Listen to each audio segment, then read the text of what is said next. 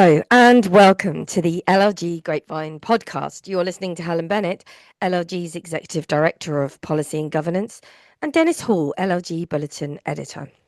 Hello, everyone. Dennis, obviously we've had the King's speech. What did you make of it? Well, in a word, disappointing, Helen. It seems to me, the reforming zeal of the government has evaporated, certainly as far as local government is concerned. It's left me with the feeling the government has lost momentum as far as our sector concerned. And to be specific about this, reform of the member standards regime should have been there. Yeah, should be. Reduction of the remote meetings has dropped off the agenda as well. It seems to me that that's what's happening, and they're both long overdue. But it occurs to me, you've been centrally involved with these for in these from LLG's point of view at a national level. What's your take on this? I genuinely think that all the sector bodies and the people that I talk to all the time from other representational organisations, we all truly believed this was going to feature for real Yeah, momentum in August. yeah, In September. And I do realise that there's an awful lot going on. yes, And they've carried over 7 bills from the last yeah. session. So that's The quite send thing isn't new, is it? And the taxi reform's been trailed. no. There was earlier talk of the social housing bill, and all of those have featured in the King's speech, haven't they? Yeah, I mean, I think there were 37 bills and 10 of which we already know about. It's not Mm. unprecedented, but it is quite a lot. And I'm just really sad for the sector because, Yes, yeah. it's long, like you said, the Standards Committee on Standards of Public Life report that the work occurred in Mm. 2018, but it was published in January Yeah, 2019. And here we are still. It's and the remote meeting provision, that's never I've never understood that yeah. why there's been such a delay or a kind of battle to bring that into fruition. But Yeah, and there there'll we be are. hundreds of new councillors, new elected members who are getting to grips with the new procedures, and they'll be wondering why on earth in the 21st century there isn't the facility for remote meetings, something that the people have become familiar with in lots of walks of life, haven't they? Not least as a result of the COVID pandemic. We're introduced to this sort of way of dealing with things in public meetings. It came, it went, it was promised to be on the agenda. And unless I've missed something, Helen, and frankly, I don't usually, I No, haven't you heard of don't. an explanation so far of why this particular provision has not found its way onto the statute book. No, all we hear is parliamentary time. That's the standing line. But we won't give up and we No, won't stop pushing.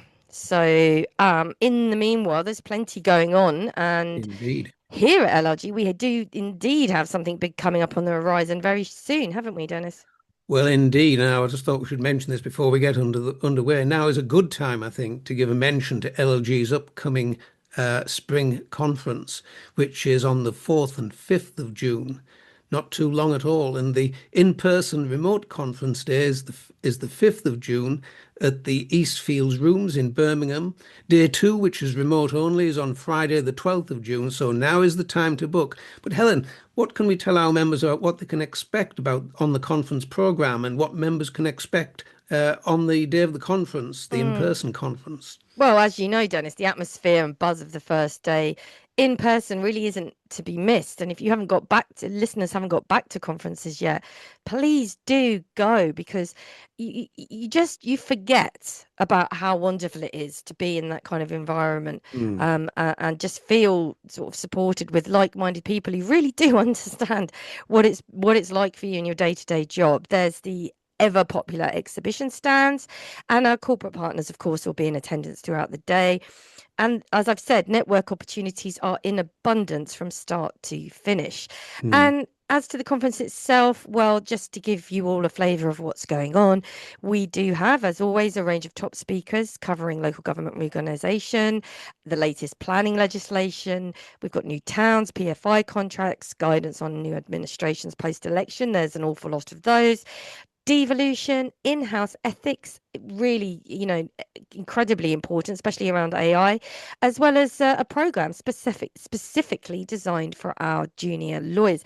And they get really well looked after as well. And it's no problem if you've never been before or you don't know anyone, because our juniors are all kept together and you make, frankly, lifelong acquaintances from Mm, coming to conference.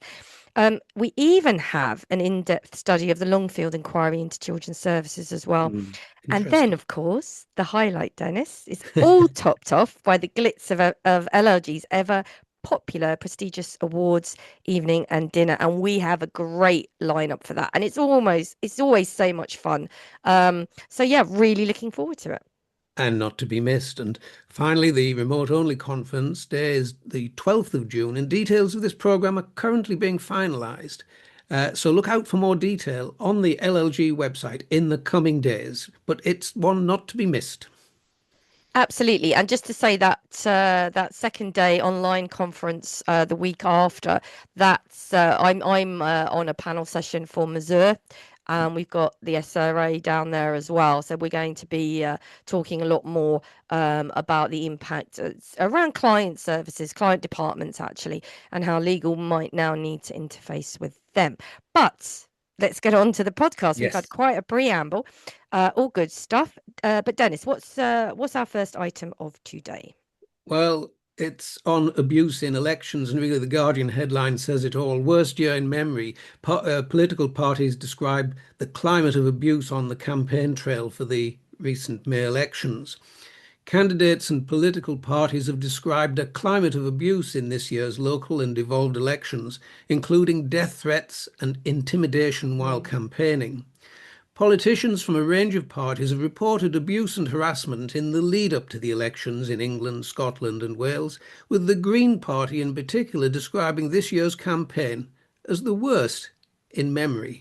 It's dreadful, isn't it? And Labour's Dan Mm, Jarvis, the security minister, has condemned what he calls the rising tide of vile abuse, harassment, and intimidation aimed towards elected officials and candidates, both online and in person. And he said that anyone engaging in this sort of behaviour is, in his view, directly attacking, his words, our democracy, and we all must do more to stop it becoming normalised. Now, a spokesman for the Green Party said some candidates had, as you said, received death threats. mm, Um, or been yelled at, or chased down the street, in fact, and some had literally withdrawn from campaigning. And this is the concerning thing in certain yeah. areas due to harassment, Dennis. Terrible, absolutely terrible. Anecdotally, this has been the worst year in memory. This is what the spokesperson for the Greens has said. Mm. They said the party had been a focus at this election more than ever before, with some wildly false claims being made about the party and its representatives, which some members of the public have accepted on face value. And it is unknown how widespread abuse and harassment has been on the campaign trail this year. Yeah, I mean, it takes voluntary reporting, doesn't it? And Mm. I'm not sure the true picture's been captured. And the Electoral Commission will, of course, as always, publish its report on these elections, including its findings on abuse and intimidation in the autumn. And they do the best job they can at trying to capture that sort of data. But before the elections, the Commission did say that candidates at elections have been subject to unacceptable abuse while campaigning in recent years. Mm. And its most recent candidate research found that 61% of respondents who were candidates in the 2025 local elections in England experienced harassment or security threats during the campaign. And 71% said they avoided some campaign activity because of fear of abuse. Last week, the Labour Mayor of the West Midlands, Richard Parker, told the BBC he had been threatened and followed while campaigning in Coventry. Yeah. And the Scottish Trade Union Congress released a statement on Tuesday condemning what it says was reports of increased racial and Islamophobic harassment of candidates in the run-up to the Scottish Parliament elections. Whilst the spokesman for Plaid Cymru said online discourse had become increasingly toxic. Mm. So it's a picture playing out just literally across the board. And in Yeah. two separate incidents in April in Birmingham, a Green Party candidate said that he'd been accosted by campaigners supporting an independent group of candidates. Mm. And the Joe Cox Foundation, which was founded after the Labour MP Joe Cox was murdered in 2016 by a far-right extremist, said there were clear signs the problem was getting worse. Olivia Field, the organisation's chief executive, said too many candidates and their families and their teams from all sides of the political spectrum have experienced abuse, harassment and threats during this year's elections. This represents, she said, one of the biggest threats to the functioning of our democracy. Yeah. It is actually almost unbelievable what we're witnessing now, Dennis, and it's affecting good candidates from stepping forward Yes, to represent their communities, and that's the worry. That's of the worry. course. Um, and there doesn't seem to be any good news in any of this. It seems to be factored in as a feature of our elections, and we should be ashamed of this. I agree, absolutely. And I don't know what the answer is, and I don't think anybody No. else does either. Um, let's turn to other news. We talk about it all the time, but this is the Information Commissioner's guidance piece addressing squarely what many practitioners have been experiencing for some time, which is the growing intersection between freedom of information and artificial intelligence.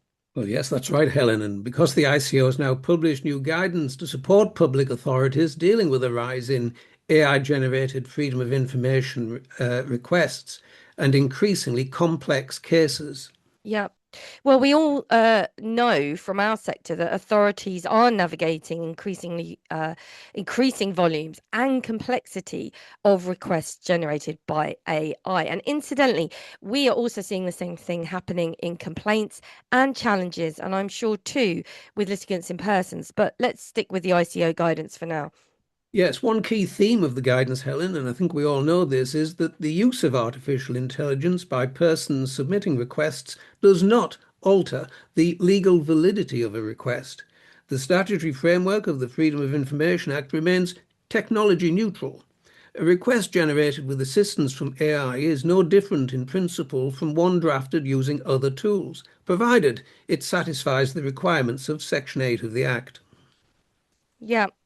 Um, I think, however, though, the operational reality is shifting, Dennis, because we are Mm, hearing that AI assisted requests are often longer, they're broader in scope, they're at mm. times they're unfocused and repetitive. So these characteristics can obscure the substance of the request and increase the burden on already stretched teams. And the ICO guidance, it does recognize this pressure, but it emphasizes that existing legislative mechanisms it says remain sufficient to manage it, but it does seem to me that this increase in workload and trying to Yes. find what's being asked amongst all those words, Yeah. it is challenging.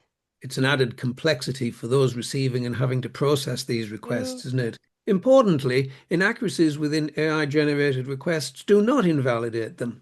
References to non-existent case law or misstatements of rights under the Act are increasingly common, yet they do not remove the obligation to respond. The ICO encourages practitioners to respond confidently, correcting misunderstandings, where appropriate, as part of their duty to provide advice and assistance. oh, I don't know, Dennis. That sounds in danger of straying into legal advice, does it? Yes. Or at least the potential to. Especially if you're correcting somebody's position on the law or Mm. explaining. How are you going to do that without explaining what the law actually? So I don't know. I don't. I tell you, I have nothing but admiration for those lawyers working in this field.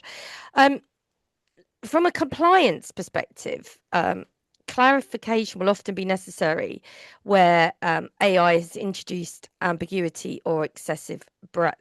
And this is the sort of thing I'm talking about. Now, cost limits under Section 12 remain available where requests exceed reasonable resource thresholds. But of course, there's been a tightening of the ability to rely on that exemption.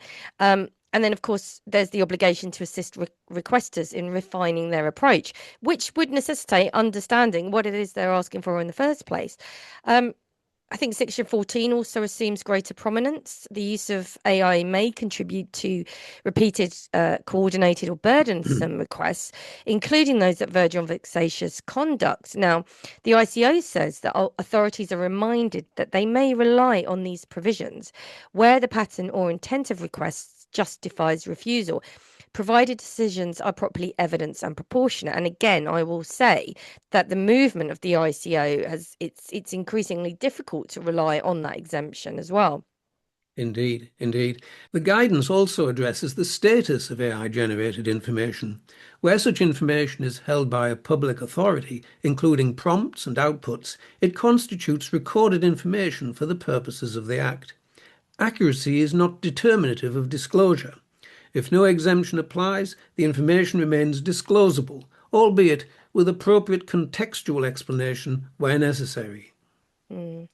I think really the impact is going to need to be considered as we move forward with AI and how it changes and hopefully refines itself. And Mm. the ICO does acknowledge that through although artificial intelligence may also support FOI compliance through triage and search and drafting and proactive disclosure, there still needs to be a controlled adoption of it within established legal and data protection frameworks. The guidance can be found linked in last week's bulletin, but there's an awful lot of work to do in relation to AI and regulatory compliance. And Trowers and Hamlin, one of our corporate partners, do a lot of work in this space, and there's a lot of sessions within national leads and branches, should say regions, showing my age. And also we'll be picking this up at the spring conference. But let's turn back to elections, Dennis. Yes, this is interesting because I didn't know that there were such things as European observers looking at the work done by our colleagues. Instances of voters being turned away from polling stations because of confusion over the photo ID requirements has been recorded by European election observers watching voting in England on the May polling day. Never knew this happened. Mm. While the problem is not regarded as widespread, the problem has been noted by the delegation from the Council of Europe, which will issue a report on the local elections in England, as well as the Scottish and Welsh government elections. Well, the potential threat of interference by Russia or another hostile state was among issues discussed during talks last week, involving the 17-member delegation from the Congress of Local and Regional Authorities of the Council of Europe, and that represents 46 European member states. Now, whilst Russian interference is understood not to be considered an issue in these elections, the ones we've just had, the visit is part of moves to share information amongst European states.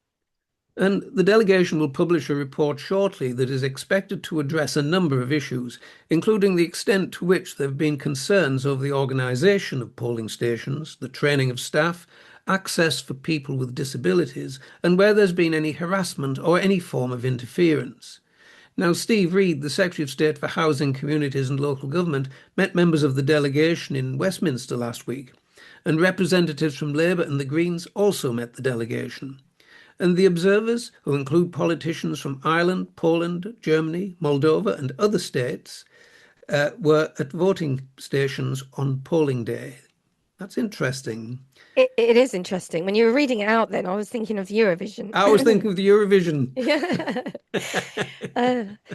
The locations included Gorton and Denton, where in February a UK-based election observer group actually raised concerns over people appearing to collude on voting in the by-elections. So they're certainly doing their job. And the Electoral Commission said it met representatives of the European delegation last week, and a spokesperson for them said that voters who forgot to bring an accepted form of ID could return at any point before polling stations closed at 10 p.m. The Commission said, "We run public awareness campaigns about the voter ID requirement and have seen high levels of awareness since its introduction, with 90% of people saying that they were aware of the requirement at the May 2025 local elections in England. The Elections Act 2022, if you remember, introduced the requirement of bringing valid photo ID to be able to vote in some UK elections, including general elections and local elections in England." Well, accepted forms of ID include a passport or photo driving licence, and concerns have been expressed that the requirement could disenfranchise some groups who are more likely to lack one or other of the accepted forms of ID. Yes. And the UK government is bringing forward changes in its representation of the people bill to improve accessibility of the voter ID requirement in England by allowing UK authorised bank cards to be used at polling stations. Yeah, well, that should open it up. But I Mm. wonder if they'll look at Apple Pay. Yes, there's that as well. Now let's turn to news from Wales, and this is our bi-weekly newsletter. Now, the Public Service Ombudsman for Wales and the Enforcement Conduct Board, of course, they have a different system, have signed a new memorandum of understanding to enhance how the two organisations work together on complaints which involve both enforcement agents. Yes, the ECB provides independent oversight of the enforcement industry to ensure people who are subject to enforcement action across England and Wales are treated fairly. And the Wales Ombudsman investigates complaints about injustice caused by maladministration or service failure, including those involving enforcement firms and agents employed or contracted by local authorities in Wales. Yeah, under the agreement, as I understand it, the organisations will cooperate more closely and share information appropriately and securely with the aim of making it easier for people to be directed to the right organisation when raising complaints. And the intention is that this cooperation will help improve access to justice for individuals concerned about enforcement activity and support better standards across the sector in Wales. Complaints will be dealt with according to jurisdiction, with an emphasis on appropriate routing at the earliest stage. Each body retains responsibility for matters within its remit, but there is an explicit commitment to place the complainant's interests at the centre of handling decisions. And where a complaint is received by one organisation but falls more properly within the remit of the other, the complainant will be signposted accordingly. And in certain cases where consent is obtained, complaints actually may be directly referred between the ECB and the PSOW.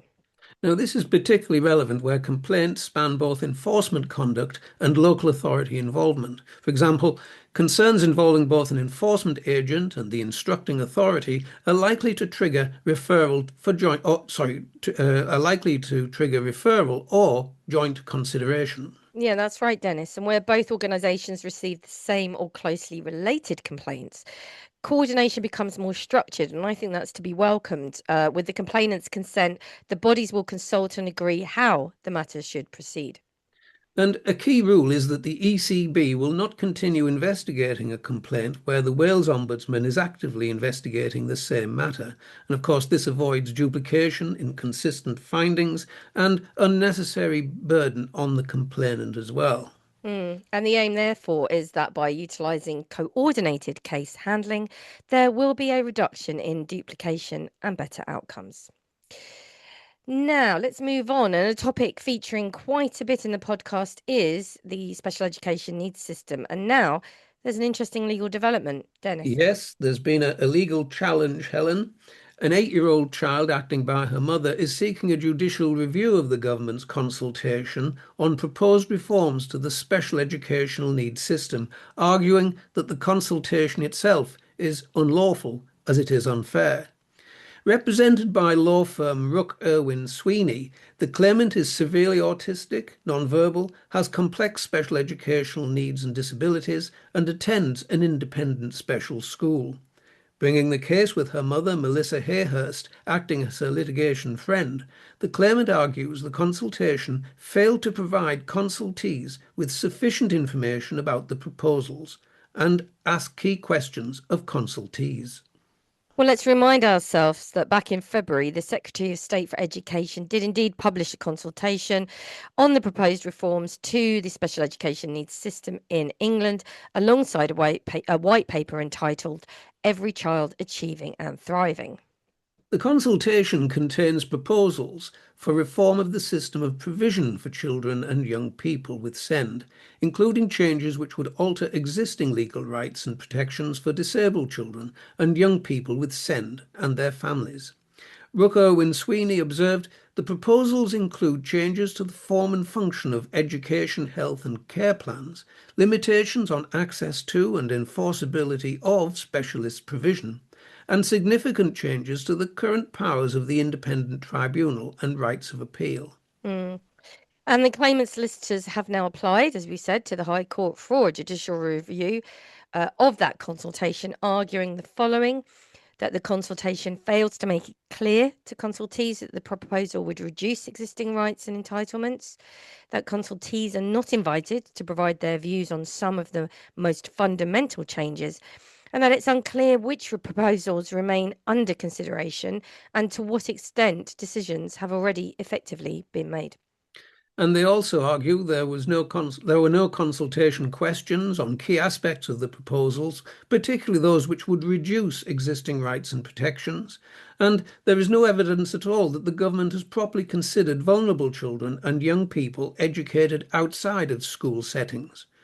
Melissa Hayhurst said, "Children like Jay, who is severely autistic and nonverbal, cannot advocate for themselves and rely entirely on the adult systems and legal protections around them. For many families, those protections are not theoretical. They are what stand between a child receiving the education, care and support that they need, or being left without it."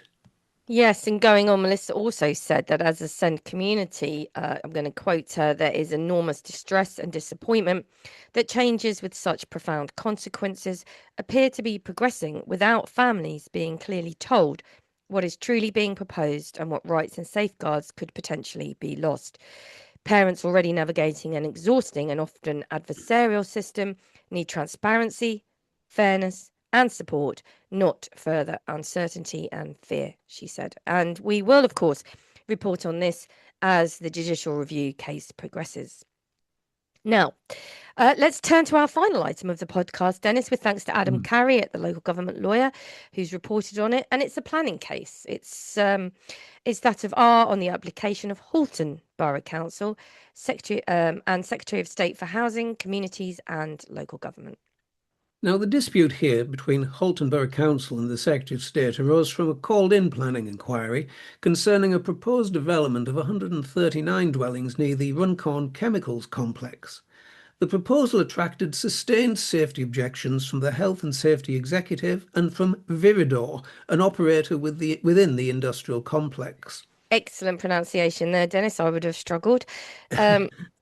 Now, notwithstanding those objections, the council resolved to grant permission, relying on its own policy framework and, in fact, specialist expert advice on public safety. Now, the Secretary of State subsequently called in the application for determination and, consequently, a planning inquiry was convened.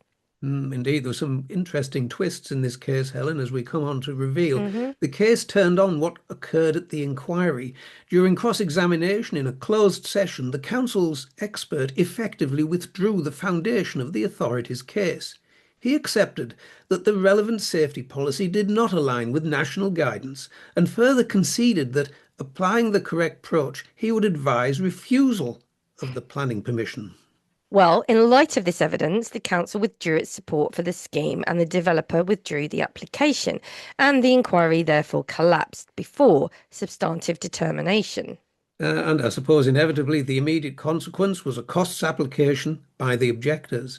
Acting through the Planning Inspectorate, the Secretary of State concluded that the council had behaved unreasonably in pursuing the application on the basis of expert evidence that failed under scrutiny, and a costs award was made against the authority in favour of the Health and Safety Executive and Viridor.